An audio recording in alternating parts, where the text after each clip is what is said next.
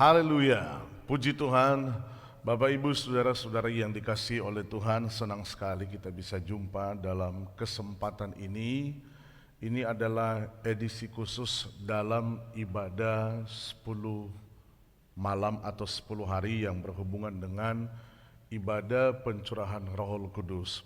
Kesempatan ini saya rindu untuk kita mempelajari bersama tentang akhir zaman yang dihubungkan dengan pencurahan Roh Kudus atau hubungan pencurahan Roh Kudus dengan akhir zaman.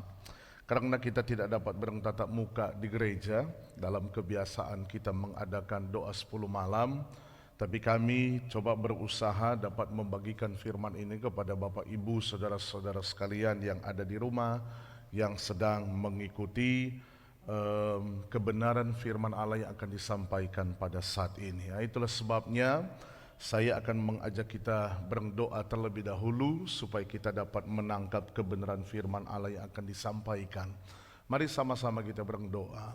Bapa kami yang ada dalam kerajaan sorga, Bapa yang kami panggil dalam nama Yesus Tuhan, kesempatan ini kami akan menikmati berkat firman Allah. Kami buka hati, kami rindu belajar dan berikan Roh Kudus kepada kami urapan-Mu, supaya kami punya kemampuan untuk menangkap firman Allah. Dan firman-Mu menjadi kekuatan bagi kami, mempersiapkan kami untuk menanti bahkan menyongsong kedatangan Tuhan pada kali yang kedua. Urapi hamba-Mu, urapi kami semua dengan urapan yang sama. Dalam berkat nama Yesus Tuhan kami berdoa. Kami mau belajar firman-Mu. Haleluya. Amin. Saya akan langsung membawa kita di dalam tema yang berhubungan dengan hari Tuhan sesuai di dalam kitab Yoel Fatsal 2 ayat 28 sampai ayat 32. Saya mencatat beberapa bagian penting supaya kita dapat memahami dan mengetahui tentang akhir zaman atau zaman akhir yang berhubungan dengan hari Tuhan. Apa hari Tuhan itu? Hari Tuhan itu adalah hari di mana Yesus datang pada kali yang kedua. Nah, untuk kita dapat memahami secara bersama-sama, maka kita membaca kitab Yoel Fatsal 2 ayat 28 sampai ayat 32. Saya harap Bapak Ibu dapat membuka Alkitab atau membaca Alkitab kita masing-masing, dan saya akan membaca catatan ayat-ayat ini. Saya membacanya, kemudian daripada itu akan terjadi bahwa aku akan mencurahkan rohku ke atas semua manusia, maka anak-anakmu laki-laki dan perempuan akan bernubuat, orang-orangmu yang tua akan mendapat mimpi, teruna-terunamu akan mendapat penglihatan-penglihatan. Juga ke atas hamba-hambamu laki-laki dan perempuan akan kucurahkan rohku pada hari-hari itu. Aku akan mengadakan mujizat-mujizat di langit dan di bumi, darah dan api dan gumpalan-gumpalan asap. Matahari akan berubah menjadi gelap gulita dan bulan menjadi darah sebelum datangnya hari Tuhan yang hebat dan dahsyat itu. Dan barang siapa yang berseru kepada nama Tuhan akan diselamatkan, sebab di Gunung Sion dan di Yerusalem akan ada keselamatan, seperti yang telah difirmankan Tuhan. Dan setiap orang yang dipanggil Tuhan akan termasuk orang-orang yang terlepas. Hubungan atau kaitannya dengan pencurahan Roh Kudus yang senantiasa kita adakan sesudah ibadah kenaikan Yesus Kristus, yang sering kali kita ambil dalam muatan Nabi Yoel Fatsal 2 ayat 28 sampai ayat 32. Dalam ayat-ayat ini kita mempelajari, bahkan sudah banyak di antara kita yang sudah tahu memahami, tapi saya rindu supaya kita juga dapat mengingat kembali bahwa pentingnya kita dapat mempersiapkan diri di hari-hari ini supaya kita menjadi gereja yang bukan ketika Yesus datang sebagai pencuri, tetapi pada waktu Yesus datang pada kali yang kedua, kita adalah gereja yang memang benar-benar gereja yang telah mempersiapkan diri untuk menyongsong Tuhan pada kali yang kedua. Ada pemahaman yang tertulis di dalam Alkitab, karena Yesus sendiri berkata, "Aku datang seperti pencuri." Nah, pencuri ini ketika Yesus datang bawa hanya khusus kepada orang-orang yang tidak mengenal Tuhan atau orang-orang yang tidak mengenal Allah. Tetapi bagi orang percaya, kedatangan Kristus sebagai pencuri ini halnya sesuatu yang berbeda. Karena kedatangan Yesus pada kali yang kedua khusus kepada orang percaya tidak datang seperti pencuri. Hanya orang-orang yang tidak mengenal Allah ketika Yesus datang mereka terkejut dengan kedatangan Tuhan. Alasannya dalam pembelajaran Alkitab karena gereja telah disingkirkan sebelum masa antikristus. Dan ini adalah berita baik atau berita penting buat kita sebagai orang percaya karena gereja sempurna anak-anak Tuhan tidak akan masuk di dalam aniaya besar selama 3,5 tahun dalam masa antikristus. Nah, kita telah disingkirkan terlebih dahulu di padang gurun dalam catatan kitab Wahyu. Untuk pengangkatan akan terjadi pada waktu Yesus datang pada kali yang kedua. Jadi ini adalah berita baik buat saya dan saudara. Tetapi sebelum kita sampai pada hari kedatangan Tuhan, sekali lagi saya mengajak kita untuk dapat mempelajari tentang hubungan pencurahan Roh Kudus dengan akhir zaman. Saya memulai dengan pemahaman bahwa karena kitab Yoel ini ditulis kurang lebih 835 sampai 800 tahun sebelum Masehi, maka pada waktu Roh Kudus dicurahkan berarti sudah 30 Masehi atau 30 tahun Masehi ketika Roh Kudus dicurahkan. Nah, ketika Roh Kudus dicurahkan, maka ada penjelasan dari Rasul Petrus di dalam catatan kitab Kisah Para Rasul patsalnya yang kedua. Saya harap kita dapat mengikuti pembacaan Alkitab ini. Kisah Para Rasul patsalnya yang kedua yang tercatat mulai dari ayatnya yang ke-14. Kisah Para Rasul patsal 2 mulai ayat 14 dikatakan begini. Maka bangkitlah Petrus berdiri dengan ke-11 rasul itu. Dan dengan suara nyaring ia berkata kepada mereka, "Hai kamu orang Yahudi dan kamu semua yang tinggal di Yerusalem, ketahuilah dan camkanlah perkataanku ini. Orang-orang ini tidak mabuk seperti yang kamu sangka karena hari ini baru pukul 9. Tetapi itulah yang difirmankan Allah dengan perantaraan Nabi Yoel."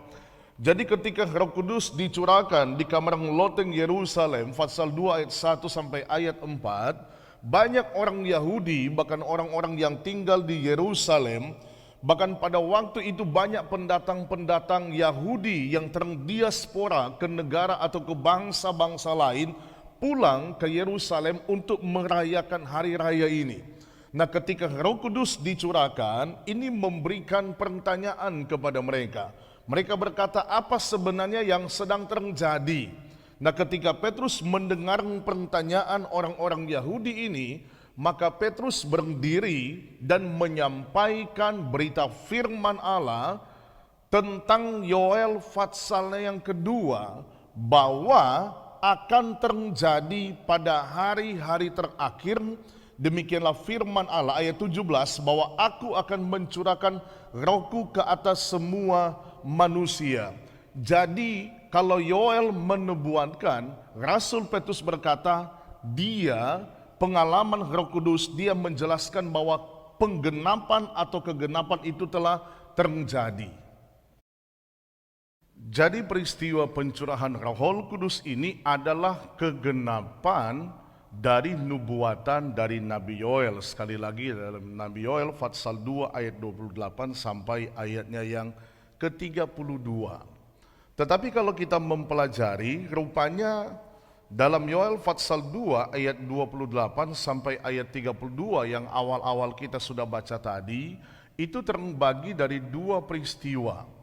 Peristiwa yang pertama yaitu terjadinya pada waktu hari Pentakosta, Roh Kudus dicurahkan. Yang kedua, ada peristiwa besar yang akan terjadi, yaitu yang disebut oleh Nabi Yoel tentang hari Tuhan. tentang hari Tuhan ini adalah tentang kedatangan Kristus pada kali yang kedua. Kalau peristiwa pertama telah terjadi 2000 tahun yang lalu, Roh Kudus telah dicurahkan, tetapi hari Tuhan belum terjadi dan kita sedang menanti atau sedang berjalan kepada kedatangan Tuhan pada kali yang kedua. Nah, jadi penting sekali kita dapat memahami, jadi dengan dicurahkannya Roh Kudus kepada manusia, maka disitulah kegenapan dari kitab Yoel. Dan waktu Roh Kudus dicurahkan, maka diawalilah apa yang disebut dengan awal dari hari-hari terakhir. Hari-hari terakhir ini adalah akhir zaman atau akhir masa. Nah, sekarang disebut sebagai masa gereja, atau sekarang disebut sebagai masa kemurahan Allah. Masa Roh Kudus bekerja dengan luar biasa. Sekali lagi, sejak dicurahkannya Roh Kudus, ini adalah awal dari akhir zaman.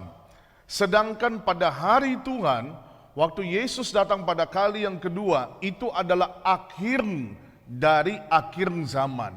Jadi ada awal, ada akhir. Sekali lagi, Roh Kudus waktu dicurahkan itu adalah awal dari akhir zaman, tetapi pada waktu Yesus datang pada kali yang kedua, itu adalah akhir dari akhir zaman.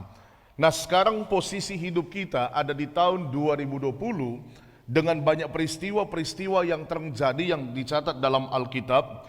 Ini merupakan persiapan untuk kegenapan kedatangan Kristus pada kali yang kedua. Tapi sebelum kita sampai ke situ, saya rindu untuk kita melihat catatan yang terjadi di dalam khotbah Petrus ini, penjelasan Petrus mengenai pencurahan Roh Kudus. Saya sangat diberkati dan ingin membagikan kepada kita. Sekali lagi saya membaca di dalam Kisah pasal 2 ayat 17 tertulis begini. Akan terjadi pada hari-hari terakhir. Jadi hari terakhir di mana Roh Kudus dicurahkan, dan itu adalah awal dari akhir zaman. Demikianlah firman Allah, bahwa aku akan mencurahkan Rohku ke atas semua manusia. Dalam terjemahan atau bahasa lain, manusia adalah daging. Semua manusia akan mendapatkan pencurahan Roh Kudus. Kemudian disebut, maka anak-anakmu laki-laki dan perempuan akan bernubuat. Teruna-terunamu akan mendapat penglihatan-penglihatan, dan orang-orangmu yang tua akan mendapat mimpi. Juga ke atas hamba-hambaku laki-laki dan perempuan akan kucurahkan Rohku pada hari-hari itu, dan mereka akan bernubuat. Bapak, Ibu, saudara-saudari yang dikasihi oleh Tuhan, ini sangat menarik dan sangat unik karena Roh Kudus yang dicurahkan atau yang diberikan kepada manusia adalah Roh Kudus yang tidak memandang perbedaan. Perbedaan yang dimaksud adalah tidak memandang jenis kelamin, laki atau perempuan sama-sama diberikan pencurahan Roh Kudus ini. Itulah sebabnya Alkitab berkata, maka anak-anakmu laki-laki dan perempuan akan bernubuat. Dari ayat-ayat ini kita tahu rupanya Alkitab sangat ya dan amin bahwa hanya ada dua jenis kelamin manusia, yaitu laki dan perempuan. Dan Allah tidak membedakan bahwa Roh Kudus tidak hanya diberikan kepada satu jenis kelamin, tetapi Roh Kudus diberikan kepada jenis kelamin baik laki, baik maupun perempuan. Kemudian kita lihat bahwa Roh Kudus juga diberikan kepada teruna-teruna dan kepada orang tua. Bahwa Roh Kudus diberikan kepada manusia, kalau yang pertama tanpa memandang jenis kelamin, yang kedua tanpa memandang usia. Yang muda, yang tua, sama-sama diberikan Roh Kudus oleh Allah. Nah, kemudian yang kita lihat, Roh Kudus juga dicurahkan tanpa memandang status ekonomi atau status sosial, sampai kepada hamba-hamba laki dan perempuan diberikan Roh Kudus. Dan ini adalah keuntungan gereja yang hidup di hari-hari ini. Jadi saya rindu mengatakan begini Bapak-bapak, Ibu-ibu, bahwa tidak boleh berkecil hati. Karena baik laki maupun perempuan, baik yang muda, baik maupun yang tua, baik yang kaya, baik yang miskin, yang bisa disebut seperti itu, sama-sama diberikan Roh Kudus oleh Allah kepada kita. Katakan haleluya. Nah, Bapak-bapak, Ibu-ibu, saudara yang dikasihi oleh Tuhan, dengan demikian maka anggota jemaat yang ada dalam sebuah gereja harus dihargai, harus dihormati. Entah dia laki, entah dia perempuan, entah dia masih muda, entah dia sudah berusia tua, entah berstatus ekonomi tinggi atau rendah, sama-sama harus dihargai dan dihormati. Karena kepada mereka semua Allah memberikan kesempatan untuk menerima kepenuhan dari Roh Kudus itu. Jadi kita sangat berharga, kita sangat berarti di hadapan Allah. Nah, kegunaan Roh Kudus kepada gereja Tuhan atau kepada setiap orang bukan hanya sebagai kuasa saja, tetapi Roh Kudus ini akan memimpin gereja Tuhan sampai kita menjadi gereja yang disempurnakan oleh Allah. Kita membaca Kisah Para Rasul pasal 1 ayat 8 dikatakan begini. Kisah Para Rasul pasal 1 ayat 8 dikatakan begini. Tetapi kamu akan menerima kuasa kalau Roh Kudus turun ke atas kamu, dan kamu akan menjadi saksiku di Yerusalem dan di seluruh Yudea dan Samaria dan sampai ke ujung bumi. Tetapi ayat lain yang tertulis dalam Injil Yohanes, saya membaca. Kita memperhatikan bersama-sama. Injil Yohanes pasalnya yang ke-16, Injil Yohanes pasal 16, mulai ayat 13 sampai ayatnya yang ke-14 dikatakan seperti ini. Tetapi apabila ia datang, yang datang yaitu Roh kebenaran. Jadi Roh Kudus disebut sebagai Roh Allah, Roh Kudus juga disebut sebagai Roh Kristus, Roh Kudus juga disebut sebagai Roh kebenaran. Bahkan ada beberapa ayat-ayat yang lain yang menjelaskan tentang Roh itu. Nah, sekali lagi saya membaca ayat 13. Apabila ia datang, yaitu Roh kebenaran, ia akan memimpin kamu ke dalam seluruh kebenaran. Jadi kalau ada Roh Kudus di dalam diri seseorang, maka Roh Kudus akan memimpin seseorang itu kepada seluruh kebenaran Allah. Bukan hanya kebenaran yang sepihak atau kebenaran yang sepenggal-penggal, tetapi seluruh kebenaran. Maka setiap orang yang dipenuhi dengan Roh Kudus, maka orang itu akan dipenuhi dengan pemahaman akan kebenaran firman Allah. Hosea pasal 4 ayat ke-6 dikatakan, umatku binasa karena tidak mengenal Allah. Umatku binasa karena tidak memiliki pengetahuan yang lengkap. Pengetahuan dari manusia terbatas adanya. Belajar Alkitab tanpa belajar dari Allah adalah sesuatu yang sangat terbatas. Tetapi belajar Alkitab, belajar firman Allah, dipimpin dengan Roh Kudus, maka Roh Kudus akan memimpin orang yang belajar firman Allah kepada seluruh kebenaran akan firman Tuhan. Jadi bukan hanya sekedar kuasa untuk bersaksi, tetapi Roh ini akan memimpin orang kepada kebenaran akan Allah. Atau bisa dikatakan sebelum bersaksi, maka orang itu harus dipenuhi dulu dengan kebenaran daripada Allah. Kemudian di dalam ayat selanjutnya dikatakan, sebab ia atau Roh Kudus tidak akan berkata-kata dari dirinya sendiri, tetapi segala sesuatu yang didengarnya, itulah yang akan dikatakannya, dan ia akan memberitakan kepadamu hal-hal yang akan datang. Roh Kudus tidak akan bicara dari dirinya sendiri, tetapi Roh Kudus akan berbicara apa yang disampaikan oleh Bapa, oleh Yesus, dan itulah yang akan disampaikannya kepada gereja Tuhan. Nah, sebelum kita lanjut melihat ayat-ayat ini, kita coba lihat perbandingannya dengan apa yang dicatat oleh Rasul Petrus dalam suratnya mengenai tentang apa yang disampaikan Roh Kudus. 1 Petrus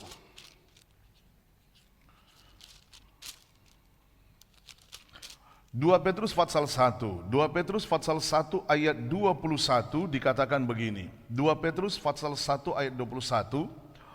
Sebab tidak pernah nubuat dihasilkan oleh kehendak manusia, tetapi oleh dorongan Roh Kudus orang-orang berbicara atas nama Allah.